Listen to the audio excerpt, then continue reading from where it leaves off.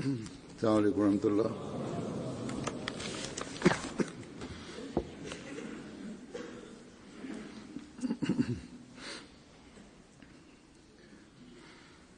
أشهد أن لا إله إلا الله وحده لا شريك له وأشهد أن محمدًا عبده ورسوله أما بعد فأعوذ بالله من الشيطان الرجيم بسم الله الرحمن الرحيم الحمد لله رب العالمين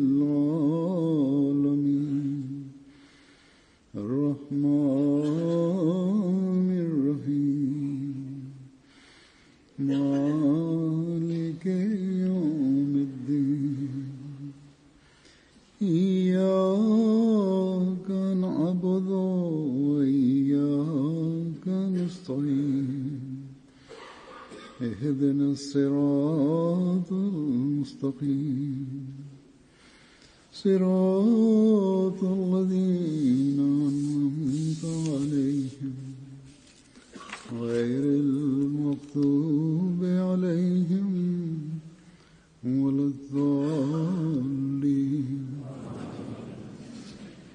Perintah-perintah yang Allah Subhanahu wa taala telah berikan kepada kita di dalam Al-Quran, mengingat itu, terus mengulang-ulangi itu, dan mengingatkan kepada yang lain akan hal itu.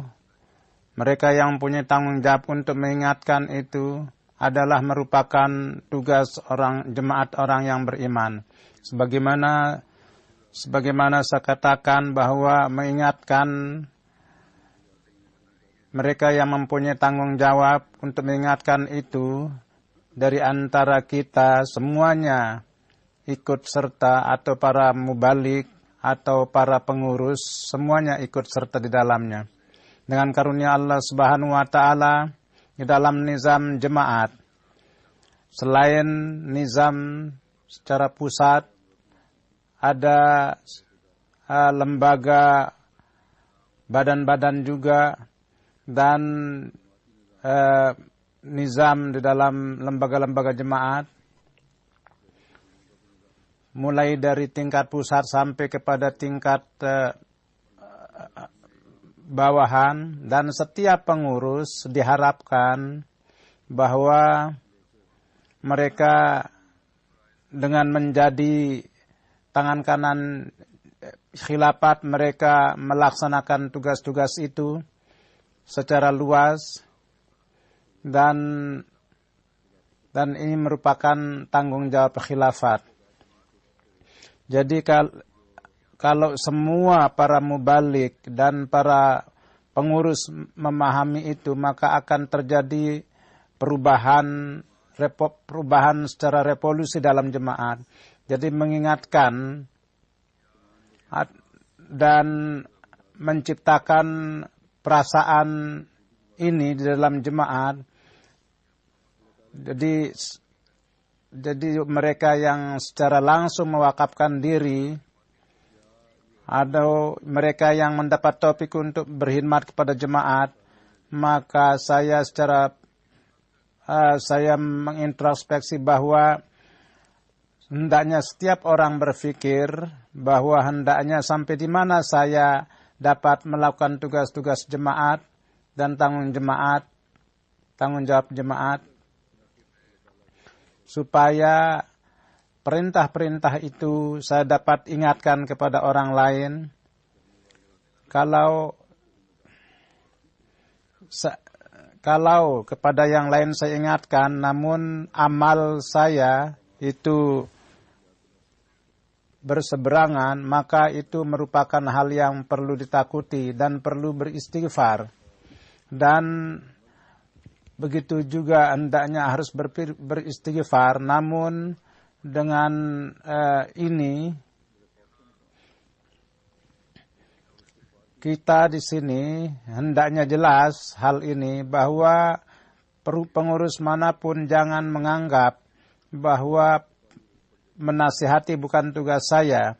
Ini hanya tugas amir atau pimpinan jemaat atau sekretaris dan atau para mubalik atau merupakan tugas-tugas sekretaris yang lain atau begitu juga pimpinan saudara Ansarullah atau bagian tarbiyat atau begitu juga lajnah berpikiran seperti itu bahwa ini tugas tarbiyat. Bahkan setiap sepengurus ini merupakan tugas mereka atau tugas para badan-badan dan para pengawas yang manapun. Ini merupakan tugas mereka, yakni mereka memperlihatkan contoh dalam corak apapun mereka melaksanakan tugas-tugas ini. Saya berkali-kali mengatakan bahwa lebih dari 50% dengan karunia Allah Subhanahu wa taala mereka bisa dengan karunia Allah 50% warga jemaat dapat menjalankan itu, baik itu dalam corak hadir di masjid atau dalam urusan-urusan menunaikan hak-hak hamba Allah. Setiap kalangan pertama hendaknya setiap orang mengintrospeksi melihat bahwa perintah-perintah ini sampai di mana saya mengitaati itu. Dengan mengulang-ulang itu kalian memperbaiki keadaan kalian sendiri. Dan ini merupakan tugas setiap orang Ahmadi yang mendakwakan bahwa saya untuk menciptakan perubahan suci dalam diri saya telah beat di tangan Hazrat Masih Maud alaihi salatu wassalam. Bahwa jadi lihatlah perintah-perintah Allah dan ulang-ulangilah itu. Kalau kita memulai tugas itu maka akan terjadi revolusi besar yang akan terjadi. Dan tidak hanya sekedar memperbaiki diri kita sendiri, bahkan kita dapat memberitahukan kepada dunia akan akhlak yang sejati. Jadi ke arah ini secara khusus hendaknya menaruh perhatian dan dengan mencari perintah-perintah Allah kita harus mengamalkan itu. Dan jadi dalam minggu ini saya beberapa memberitahukan tentang beberapa hal. Kini pun juga saya akan memberitahukan sebagaimana minggu yang lalu. Bulan puasa adalah merupakan sarana yang luar biasa untuk perbaikan. Dan di mana bulan ini mengingatkan kita juga akan kelemahan kita dan juga perbaikan.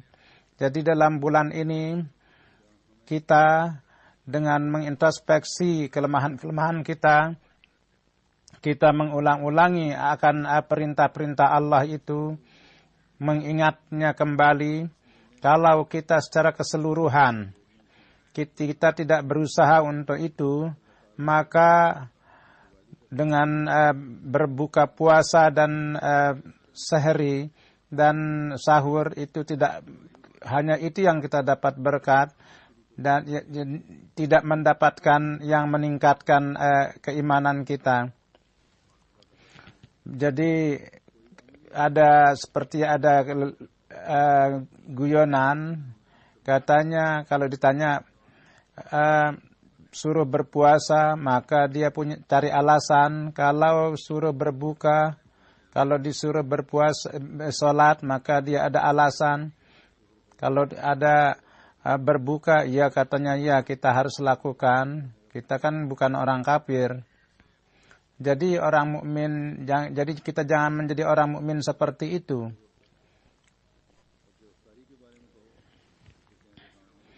Jadi orang-orang yang seperti itu, jadi kondisi orang seperti inilah orang-orang yang memperolok-olokkan agama. Dan lebih dari guyonan tadi, Jadi ini merupakan gambaran daripada orang-orang Islam. Mudah-mudahan Allah mengasihi mereka.